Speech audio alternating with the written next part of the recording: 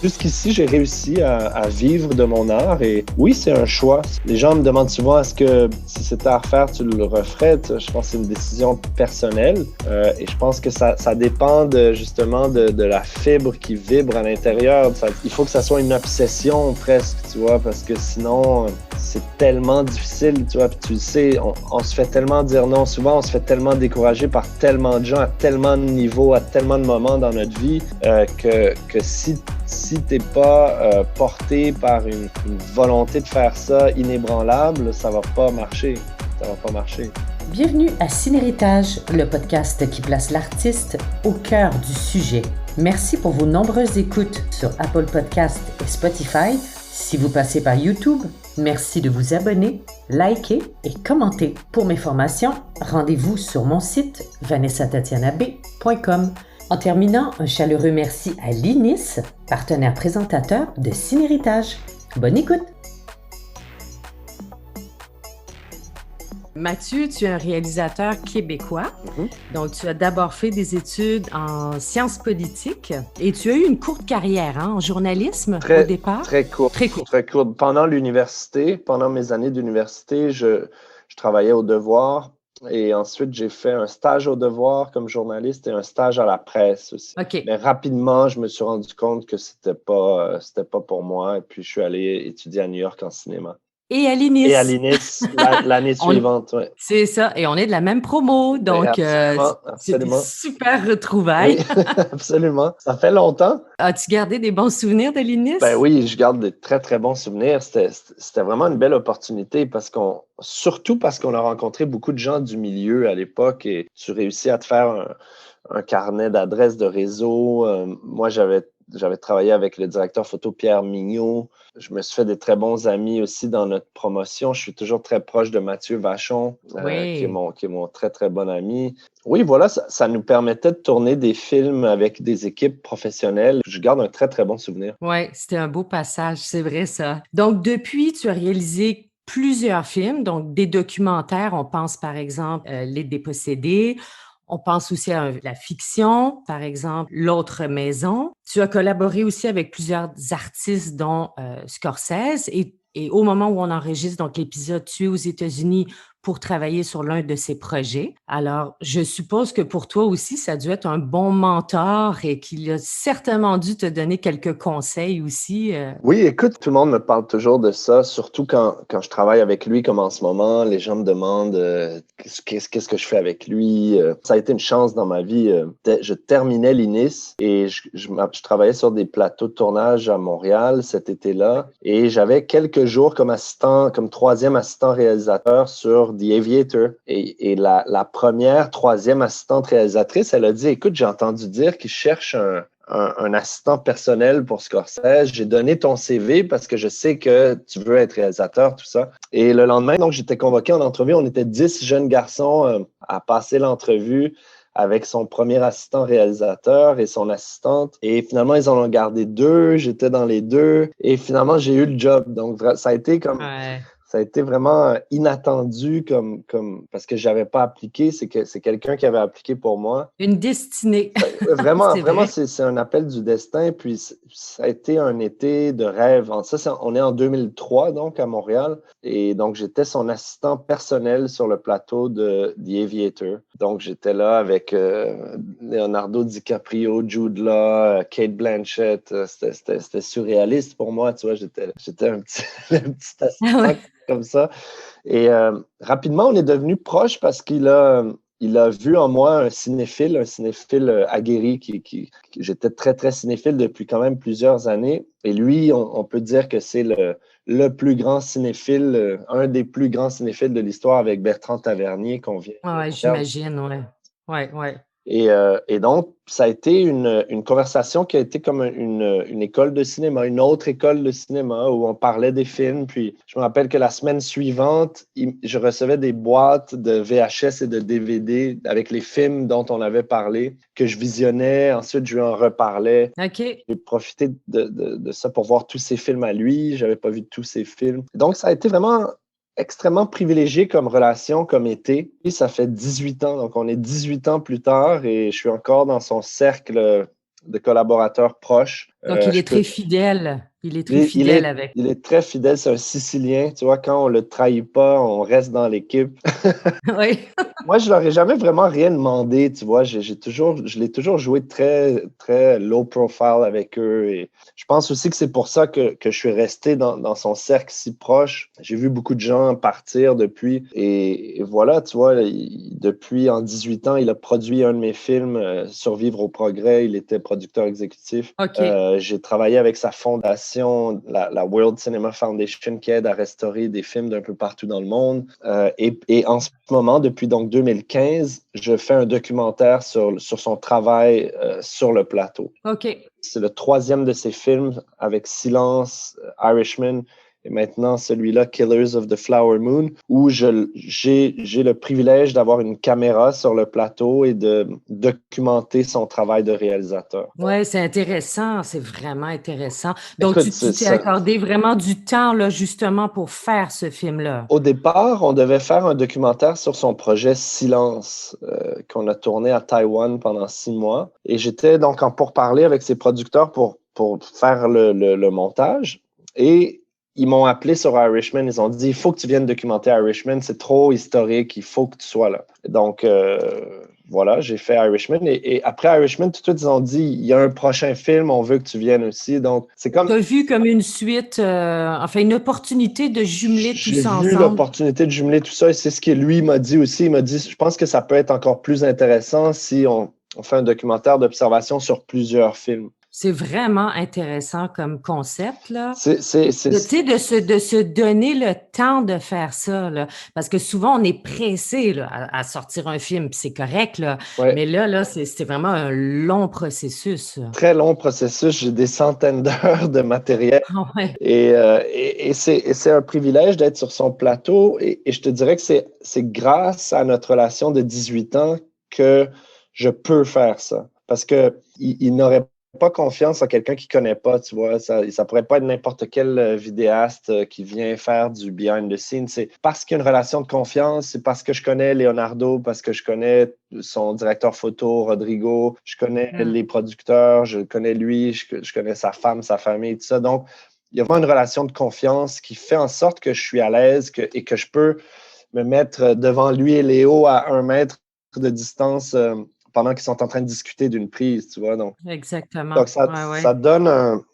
ça donne un accès privilégié. Puis oui, j'ai hâte de finalement réussir à faire un film avec tout ça. Absolument. Mais là, merci d'avoir partagé tout ça avec nous, Mathieu. Mais là, on va parler de toi parce que c'est toi mon invité. On va D'accord. parler vraiment de tes films et ta façon à toi spécifiquement de travailler parce que tu as fait quand même beaucoup de tournages aussi à l'international. Si je pense à Les Dépossédés, Oui. tu as tourné dans plusieurs pays. Mhm. C'est ça, il y a 4 ou 5 pays. Mhm. Donc, c'est quand même toute une expérience. Puis, je suis curieuse de voir un peu tout ce processus quand tu prépares des tournages comme ça, un peu Ouais. partout sur la planète, là. Ben écoute, avec les dépossédés, c'est une autre chose. Ce processus-là avait commencé avec Survivre au progrès, Surviving Progress, où on avait tourné en Chine, on avait tourné au Brésil, on avait tourné aux États-Unis. Donc, c'est un très long tournage. Et j'avais une équipe de gens rigoureux autour de moi qui m'ont aidé à relever le niveau de préparation et de recherche sur des tournages documentaires. Donc, avec Survivre au progrès, je travaillais avec Harold Crooks, avec le producteur Mark Akbar qui avait fait The Corporation. C'est des gens extrêmement méticuleux et rigoureux qui voulaient qu'on prépare chaque entrevue. Donc, on avait des longs rapports de recherche pour chaque personne qu'on allait interviewer. Ils me demandaient des shot lists aussi de ce que je voulais aller tourner dans ces pays-là. Donc, ça m'a vraiment forcé à moi qui étais plus, disons, intuitif, ça m'a forcé à ajouter une dimension de préparation au tournage. Sur le projet Les Dépossédés, c'est un peu la même chose, sauf que c'est pas moi qui l'ai conçu, ce projet-là. C'est un projet qui a été écrit et pensé par mon bon ami Richard Brouillette, le cinéaste de L'Encerclement, entre autres, Oui. et par le photographe Benoît Aquin. Donc, ils avaient pensé ce projet-là ensemble et pour plusieurs raisons, Richard n'a pas pu le réaliser et ils m'ont demandé de le faire. Donc, je suis parti à la photo avec Benoît Aquin. C'était particulier parce que donc c'est un film sur la crise agricole dans le monde, sur la situation épouvantable que les fermiers vivent partout dans le monde. Et Richard avait écrit une Bible de genre 300 pages. Le document était extrêmement rigoureux. C'était comme une thèse de doctorat, de maîtrise ou de Ah oui, doctorat. OK. Là. Tu vois, c'était un Très, truc très précis. extrêmement précis, mais extrêmement académique. Et donc, il n'y avait pas de plan, il n'y avait pas de liste de plans, tu vois, il n'y avait pas de shot list là-dedans pour moi. Donc, il fallait, à partir de concepts, réfléchir à quoi tourner, dans quel pays, où. Donc, ça a été plus difficile de faire ça parce que vraiment, tu arrives dans certains lieux, OK, tu as ciblé certains lieux dans certains pays où les fermiers vivent vraiment des difficultés majeures, comme en Inde, par exemple, dans le Maharashtra, il y a des suicides, des crises de suicide épouvantables des fermiers. Au Malawi, en Afrique, vers le sud, c'est un des pays les plus pauvres au monde aussi, où les fermiers arrivent à peine à survivre. Donc, tu sais que tu vas dans certains lieux où il y a certaines thématiques, mais ensuite, c'est comment l'illustrer. Et Ben oui, c'est avec ça. le travail de Benoît Aquin à la photo, ça m'a vraiment inspiré. Puis on a décidé de faire un film où la caméra n'allait jamais bouger. Donc, c'est une série de plans fixes, des tableaux, Oui. pour justement montrer l'immobilité et la lenteur du travail agricole, tu vois, du travail quotidien manuel des fermiers. Oui, il y a t'as une prise de position derrière ce type de cadrage aussi, exactement. Ces Exactement. pensées Oui, et tout, là. oui, on voulait justement. Bon, premièrement, les plans sont longs, sont très longs.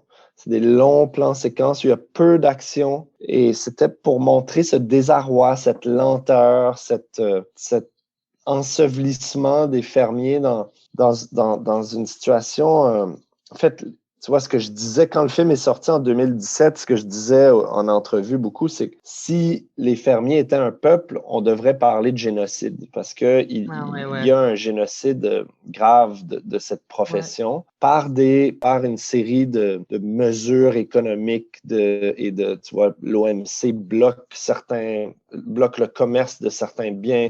Il y a toute une série de mesures qui étranglent les fermiers OK. dans le monde financièrement. Ouais, ouais. Et donc, à l'image, on voulait essayer de reproduire cet étranglement, cet étouffement par OK. des plans séquences très lents, très longs et une caméra fixe. Mais est-ce que quand tu as su donc que c'est toi qui prenais, mettais la casquette de réalisateur sur ce projet, est-ce que as-tu eu l'occasion de faire un voyage de préparation en amont dans tous ces pays où il y avait Non, des fixeurs sur place ou comment tu ouais, as c'est ça. préparé? On a pris contact avec des fixeurs sur place dans les pays qu'on avait ciblés. Puis, tu vois, on discutait beaucoup sur Skype avec eux avant d'y aller, mais on s'est dit que c'était un peu inutile de gaspiller de l'argent pour aller voir, ensuite revenir, ensuite. Donc, en tout cas, moi personnellement, j'aime mieux y aller, puis déjà dans le bain, déjà avec les premières réactions, tourner tout de suite. Donc on t'envoie des images, on t'envoie des vidéos.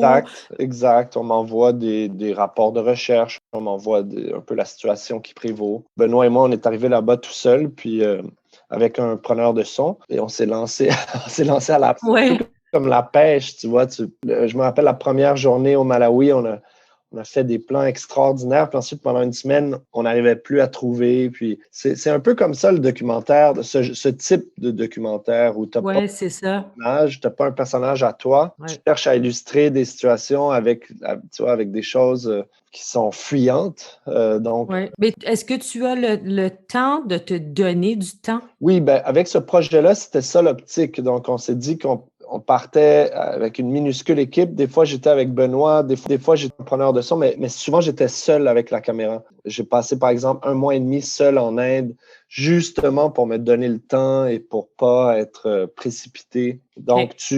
oui, tu arrives même avec un petit budget, tu arrives à dire, regarde, moi, ça m'intéresse d'aller passer 3, 4 mois là-bas de toute façon. Donc, tu oublies les perdièmes, tu oublies des choses, puis tu arrives à le faire fonctionner, là. Surtout quand quand la production achète une caméra, tu gardes la caméra, il n'y a plus de location, tu comptes pas tes jours, tu vois. En Ouais. tout cas, moi, Donc ça, Ce serait un conseil, j'imagine, que tu donnerais pour quelqu'un qui veut tourner, par exemple, un peu comme ce que tu fais, c'est des démarches hyper intéressantes, là, aller à l'international, tu sais, porter son regard ici du Québec sur ce qui se passe ailleurs, Mhm. mais d'être le plus autonome possible, en fait, parce que c'est un avantage de savoir comment fonctionne une caméra, être capable de cadrer, être capable de filmer, Tout à c'est fait. un Écoute, avantage. moi-même, j'avais déjà cadré sur certains de mes films, mais avec Les Dépossédés, donc je partage la photo avec Benoît Aquin. Et Benoît m'a beaucoup appris. J'ai beaucoup, beaucoup appris de lui, de sa vision. Et tellement que je me suis dit que je voulais tourner tous mes films maintenant. C'est ce que j'ai fait. Donc, Les Dépossédés. En fait, Les Dépossédés, c'est 2 films. C'est Les Dépossédés et Dépossession. Les 2 ensemble, c'est 4h30. J'ai filmé beaucoup, beaucoup pour ces 2 projets. Ça m'a donné la confiance sur le projet, le projet de documentaire que je fais sur Scorsese. C'est évidemment moi qui filme tout. Les Creuseurs, le film que j'ai Oui, fait ton récemment, récent documentaire, oui. c'est moi donc aussi qui a fait toute la caméra. Et donc, ça m'a donné vraiment, ça a confirmé une intuition que j'avais depuis un moment que en cinéma documentaire, je préfère tenir la caméra comme un peintre tient le pinceau. Tu vois, Ouais. c'est juste plus normal. Je suis ami avec un cinéaste autrichien qui s'appelle Hubert Sauper, qui a fait Le cauchemar de Darwin. Récemment, il vient de faire un film à Cuba. C'est un cinéaste extraordinaire. Moi, j'aime beaucoup ses films. Et lui aussi, c'est lui qui fait sa caméra. C'est lui, des fois, qui parle aux gens qu'il rencontre. Et j'aime cette spontanéité. J'aime cette liberté aussi de ne pas avoir une équipe à diriger pendant un tournage. C'est toi, ça se passe dans ta tête en direct. C'est toi qui Ouais. opères tout en même temps. Si tu as envie de parler aux personnages, tu leur parles. Si tu n'as pas envie, tu parles. Tu vois? Je pense que Ouais. c'est vers là que je vais, moi, en documentaire. Moi, je la sens, ta signature, même juste avec ta caméra, parce que quand j'ai visionné Les Creuseurs, Oui, donc qui a été tourné au Congo, oui. ta caméra est très frontale. Il y a beaucoup d'intervenants qui se demandent, mais qu'est-ce que ce cinéaste fait? Qu'est-ce qu'il filme, ce blanc? Pourquoi il nous filme? Pourquoi il est là? Mais ta caméra, elle reste. Elle reste. C'est vraiment intéressant comme démarche. Qu'est-ce que tu as voulu transmettre à travers cette démarche? Ben écoute, merci, c'est gentil. C'est là les creuseurs, donc j'avais la confiance donc de tout ce que Benoît m'avait enseigné à la caméra et j'avais envie de comprendre qu'est-ce qu'ils font les creuseurs? Parce que tu sais, dans les médias occidentaux, on entend beaucoup parler des minerais de sang, le coltan, donc ce minerai qui est nécessaire pour les téléphones cellulaires, pour les ordinateurs, en fait, tout ce Ouais, qui est ouais, technologique, si on ouais. veut. Et moi, maintenant, vivant au Congo, je vis au Congo, dans l'est du Congo, à Goma, avec ma famille. Ma femme est congolaise, tous mes amis sont congolais. Mais depuis que je vis là-bas à temps plein, c'est ce qui est très différent de visiter régulièrement. Et depuis que je suis, comment dire, intégré dans la communauté congolaise par ma femme, par mes amis, j'ai un regard très différent sur toutes ces choses-là. En fait, sur les cinéastes, les journalistes, les chercheurs occidentaux qui viennent là-bas, tu vois, et qui sont toujours en quête des mêmes sujets. C'est toujours le coltan, les creuseurs, les enfants soldats, les femmes violées, la guerre. Il y a ce pathos, il y a cette obsession du pathos qui revient dans l'œil des Blancs. Et moi-même, j'étais un de ces... Moi-même, je m'inscris dans cette description. Quand j'y allais comme visiteur, j'avais la même obsession de vouloir aller faire un film sur les mines de coltan, tout ça. Et ça a pris plusieurs années avant que je fasse le film, finalement. Et quand j'ai finalement tourné le film en 2019, ça faisait plus d'1 an et demi que je vivais Ouais, là-bas. Et mon regard était différent. Donc, évidemment que quand tu es un Blanc au Congo qui filme des Congolais, ils sont curieux, sinon hostiles à ta ouais, présence. ouais. Et c'est ce qu'on voit dans le film. Tu vois, on voit beaucoup de gens, je les filme, ils me regardent, ils parlent entre eux. Je ne comprenais pas tout ce qu'ils disaient en direct, mais en demandant la traduction de tout ce qui s'est dit, je me suis rendu compte que c'était vraiment intéressant de garder cet aspect, justement, des gens que je filme qui Ouais. se questionnent sur ce que je fais, sur pourquoi tu es là, qu'est-ce que tu filmes, qu'est-ce qui t'intéresse. Et donc, je trouvais ça plus honnête, plus Oui. transparent dans ma démarche de laisser ça. Surtout à l'époque actuelle où tout le monde est un peu obsédé par l'appropriation culturelle, par le fait que, pour être honnête, moi, je trouve En ça un ce peu moment, ridicule, là, le ouais. niveau qu'on a atteint, là, complètement débile. Là. Tu vois, c'est pas parce que je suis blanc que je devrais pas avoir le droit d'aller filmer en Ouais, bien Afrique sûr. ou, Ouais. à l'inverse, un Congolais peut venir filmer chez nous à Montréal s'il veut. Tu comprends? Je pense qu'au contraire, là, on parle de pont entre cultures, Ouais, de avoir pont, une d'avoir ouverture. une ouverture sur d'autres cultures. Même si le dialogue est parfois hostile, le dialogue est toujours important. Dans la démarche, il faut être conscient de tout ça. Quand je suis arrivé dans les mines de coltan, j'étais conscient du fait que j'allais pas être bien accueilli, mais étant habitué au Congo, je suis un peu... Ça t'a pas stressé, là. Je suis assez, tu sais, comment dire, fearless là, dans ce genre de situation-là. Puis, justement, il y a une adrénaline quand tu filmes et puis il y a quelque chose qui... Et je suis quand même assez bon avec les Congolais. Je suis assez gentil. Je sais comment leur parler. Comment tu as fait pour gagner leur confiance, Ben, finalement? dans certains cas, je ne l'ai pas gagné. Dans d'autres, je l'ai OK. gagné. Tu vois, il y en a qui voulaient rien savoir. D'autres venaient me parler gentiment. Puis c'est ça aussi le documentaire. Tu vas à la pêche. Des fois, ça marche. Des fois, ça marche pas. Tout mon objectif, c'était de comprendre c'est quoi, hein, tu vois, parce que tu vois des images aux nouvelles des fois, mais je voulais approfondir ça. Je voulais comprendre c'est quoi ce travail-là. Le minerai est où? C'est quoi leur travail manuel?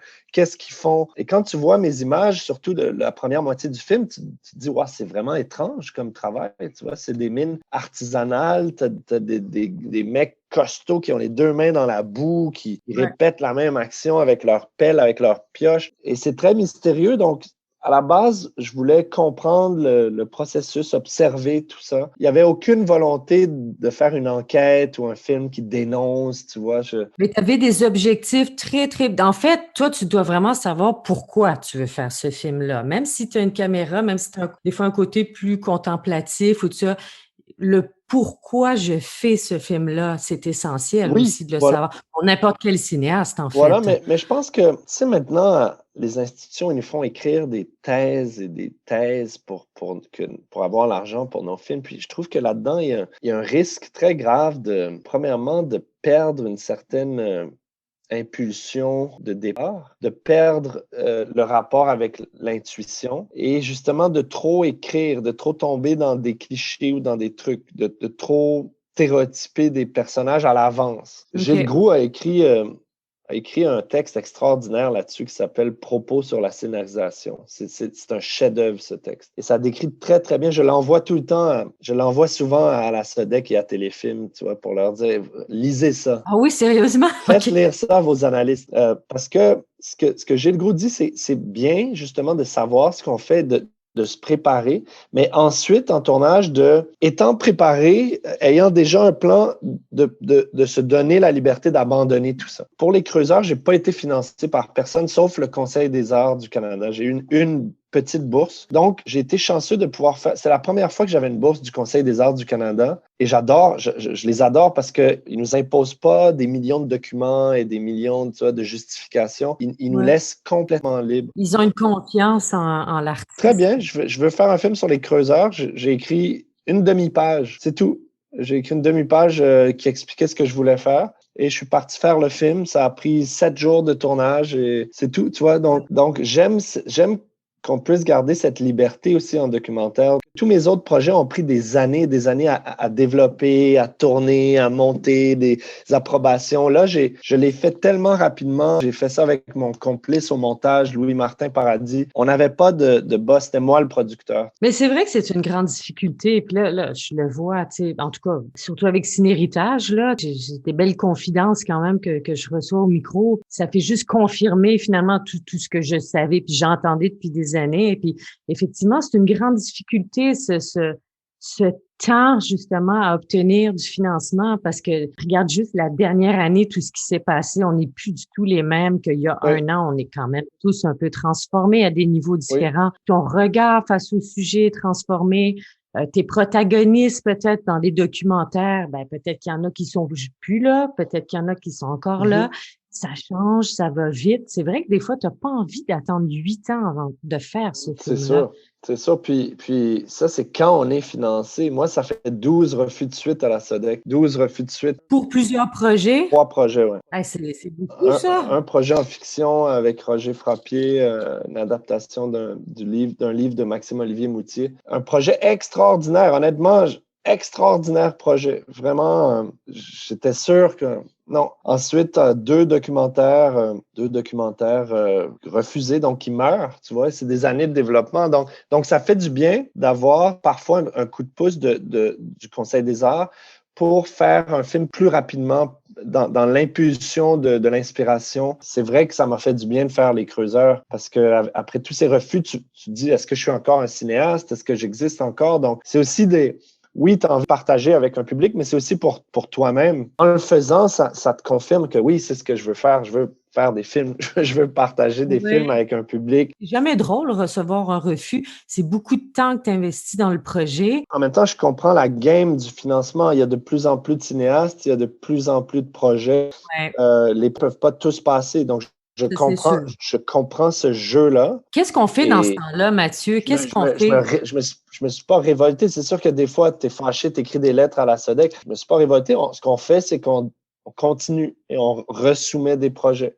Et on resoumet des projets, puis on essaie de parler pour comprendre. Puis, tu vois, moi j'ai eu la chance d'être, après plusieurs refus, la SODEC m'a dit, regarde, viens comme analyste, tu vas comprendre un peu mieux l'envers du décor. Tu l'as fait? Donc, je l'ai fait sur 2 dépôts comme analyste, un des 3 analystes externes. Et c'est vrai que je comprends mieux, tu vois, tu as beaucoup de projets. Explique-nous, là. C'est intéressant. Sans dire quand et dans quel domaine, Non. j'ai pas le droit, mais c'est intéressant. Tu reçois 28 projets. OK? Tu as 28 projets à lire avec la vision du réalisateur, de la réalisatrice, avec les lettres d'intérêt, avec les courts-métrages ou les projets précédents. C'est beaucoup de travail, premièrement. C'est un travail très stimulant parce que comme créateur, tu es confronté à ce qui se fait, à la compétition. Et je comprends que c'est dur, tu vois, sur 24, 28 projets, on nous demande de faire un top 10, puis ensuite, il y en a 4-5 qui passent. C'est sûr que les 3 personnes du jury, s'il y a des projets qui sont les 3 dans les top 10, ben ces projets-là sont les projets, tu vois, qui sont appréciés par les 3 personnes, donc ils ont plus de chances de passer. Mais vous avez une même grille, c'est ça, d'évaluation? C'est-à-dire qu'on a une grille, oui, on vote, on écrit aussi, donc tu écris qu'est-ce que t'aimes moins. Je comprends, il y a plein de projets formidables qui, malheureusement, ils sont juste pas assez, tu vois, extraordinaires pour passer dans le premier tiers, mais c'est des bons projets, tu vois. Donc, c'est ça la cruauté de notre système de financement public, c'est qu'il n'y a pas assez d'argent pour tout le monde. Donc, il faut faire un système de votation, de jury. Et je dois dire que c'est-à-dire que j'ai pas vu de possibilité de tricher ou de. C'est sûr que des fois, tu dis, mais il y en a peut-être un ou deux qu'on a oublié, mais malheureusement, la nature de certains projets fait en sorte que le projet n'est pas assez, tu vois, emballant pour que quelqu'un l'adore. Et c'est mis tu sais, en comparaison en avec. comparaison, c'est ça. Parce que j'ai oublié de dire, c'est un comparatif. C'est ça. C'est par rapport au projet que tu as lu. C'est pas par rapport, par exemple, à ce que le cinéaste a fait avant. Oui, ces films d'avant vont avoir un impact. Et il y a une catégorie où tu votes pour le réalisateur ou la réalisatrice par rapport à ce qu'il a fait avant. Donc, ça, c'est un pointage pour ça. Mais je te dirais que c'est vraiment les scénarios, les traitements, la vision, tout ça qui joue le plus. Tu vois, c'est autant ça a été frustrant de me faire refuser 12 fois de suite, autant maintenant, pour l'avoir fait 2 fois, je comprends la game, puis tu te dis, il faut juste continuer à la jouer, puis choisir des projets qui pourraient être plus rassembleurs, Mais c'est vrai qu'en le disant, je me rends compte que c'est là qu'il y a une censure qui se fait dans le choix des projets. Ah, voilà, ouais. Tu dis, OK, pour que ça passe, il faut que j'ai un projet vraiment, tu vois, qui intéresse beaucoup de monde. Alors que peut-être qu'il y a des gens qui sont intéressés par des sujets moins porteurs, moins, tu vois, plus obscurs, mais qui vont en faire un film vraiment singulier quand même. Donc, c'est pour ça que c'est important que les conseils des arts continuent d'exister puis continuent de financer des films seuls. Ils ont un rôle important. Oui. Puis moi, je trouve qu'ils laissent beaucoup de liberté aussi aux artistes. C'est vrai. Puis un même projet, on peut redéposer aussi à chaque année. Donc, l'artiste n'est pas obligé de baisser les bras. Tu peux continuer, modifier ton projet, tenir compte ou pas des commentaires. Quand je compare mon sort à celui de mes collègues cinéastes au Congo, ils n'ont pas de financement public, tu vois, ils n'ont rien. Ouais. Donc, on est encore privilégié, malgré tout ce que je viens d'énoncer. On est privilégié de vivre dans une province au Canada où il y a un financement public pour les arts, tu vois. Bon, le système parfait n'existe certainement pas. Ça existe pas, c'est sûr. Mais en même temps, je comprends. Je comprends un artiste qui peut être frustré quand son projet passe pas, bien sûr. Il y a une partie très émotive. Tu es attaché en termes de temps, de sujets C'est clair. d'investissement, c'est sûr. C'est C'est sûr. bouleversant quand tu lis les lettres personnelles, les lettres d'intention, tu vois, de chaque créateur. C'est bouleversant parce que chacun y croit tellement, ils sont Ah tellement oui, comme. ah oui. C'est comme Ouais, ça. c'est crève-cœur, absolument. Hey, ça passe trop vite. Dernière question, Mathieu. Être artiste, est-ce que pour toi, c'est un choix de vie? Oui, c'est sûr, c'est un choix de vie, oui. Puis j'étais très conscient de ça à 21, 22 ans quand j'ai décidé que j'allais faire du cinéma, dans l'incertitude totale à savoir si j'allais réussir ou non. Mais quand j'étais confronté à mon travail de journaliste dans la salle de rédaction à la presse, puis j'avais pas envie de ça. Je savais que j'avais pas envie de ça et je savais que ma passion pour le cinéma brûlait encore et j'ai tout laissé pour aller étudier à New York en cinéma et c'était un choix. C'est un choix. Oui, c'est un appel. C'est un appel, c'est un choix. Il y a des gens qui n'ont pas le courage de faire ce choix-là, qui veulent une sécurité, tu vois, qui décident de le faire à temps partiel. Moi, j'ai décidé de foncer il y a maintenant 20 ans et j'ai été chanceux. Ça a marché. Jusqu'ici, ça a marché. Jusqu'ici, je vis de mon travail. Ouais, C'est de plus en plus dur, comme on vient de le constater ensemble. ouais, ouais. Ça va être de plus en plus dur. Ça a changé, ouais. Donc, ça change. Tu vois, je viens d'avoir un bébé. Je suis père. Je vais être père encore bientôt. C'est sûr, c'est des questions que je me pose par rapport à l'avenir, mais jusqu'ici, j'ai réussi à vivre de mon art. Et oui, c'est un choix. Les gens me demandent souvent, est-ce que si c'était à refaire, tu le referais? Je pense que c'est une décision personnelle. Et je pense que ça dépend justement de la fibre qui vibre à l'intérieur. Ça dépend de ton. Il faut que ça soit une obsession presque, tu vois, parce que sinon, c'est tellement difficile, tu vois. Puis tu le sais, De décourager vite. on se fait tellement dire non. Souvent, on se fait tellement décourager par tellement de gens, à tellement de niveaux, à tellement de moments dans notre vie, que si tu n'es pas porté par une volonté de faire ça inébranlable, ça va pas marcher. Ça va pas marcher. Effectivement, tu as raison. En tout cas, je t'ai décrit comme un cinéaste québécois, mais pour moi, tu es vraiment un artiste du monde et je suis toujours curieuse de voir tes prochains films. Tu sais, où est-ce qu'il est allé tourner, là, Mathieu? C'est vraiment intéressant. Tu t'intéresses à des sujets tellement importants aussi, là. C'est comme Ben ça qu'on merci. arrive à éveiller les consciences, puis changer notre monde, puis poser des bonnes questions. Il y a 10 ans, quand j'ai sorti Survivre au progrès, je pensais encore que les films de ce type-là, tu vois, des documentaires politiques, entre guillemets, là, des sociopolitiques, là, Ouais, ouais, investis d'une thèse, ouais. je pensais encore que ça pouvait avoir un impact. Aujourd'hui, je pense plus ça. Non, Aujourd'hui, tu as changé d'opinion? premièrement, je pense, en fait, j'ai plus envie de faire des films à thèse qui essaient de convaincre les gens. Je crois plus que convaincre, ça marche, en fait. Je suis plus dans une logique d'observation, Ouais. de films d'art, d'observation, même si c'est des sujets sociopolitiques, Ouais. mais le traitement du documentaire que j'en fais est plus dans l'enquête, dans la revendication, dans la thèse. Je suis plus juste dans l'observation, dans un voyage visuel. Ensuite, le spectateur, il fait du film ce qu'il en veut, tu vois. Il est libre d'émettre son opinion puis de voir ça. Il est libre de dire, waouh, ça m'intéresse. Il est libre Ouais. d'aller faire d'autres recherches, de décider ce qu'il veut. Quand je me vois à l'époque, je me trouvais très moralisateur, tu vois. OK. Ma vision a évolué, mes recherches ont évolué. J'aime mieux faire des films plus libres. Comme individu, tu te transformes aussi à travers tous tes projets. À travers Absolument. les années, la société change très rapidement. En 10 ans, Très, 10 très ans, rapidement. c'est Ouais. fou. Donc, tu vois, moi, je préfère voir ces démarches, même si tu n'es plus comme à la case départ, mais cette case départ était essentielle et a fait en sorte que tu es Absolument. qui tu es aujourd'hui. Donc, Tout à fait, tout à fait. Puis c'est ça. Dans mon cas, cette case départ des écoles, de mon travail avec Scorsese et surtout mon travail sur Survivre au progrès qui m'a fait connaître, ça m'a amené une rigueur aussi. Et la rigueur, même si mes intentions changent, la rigueur demeure. Oui. Donc, ça a été le parcours est important. C'est bien aussi de se renouveler, de se métamorphoser. Absolument, tout à fait d'accord avec ça. Bien hâte de voir tes prochains films. Merci, Vanessa. C'est super gentil. Ça a été très agréable de te parler. C'est déjà la fin.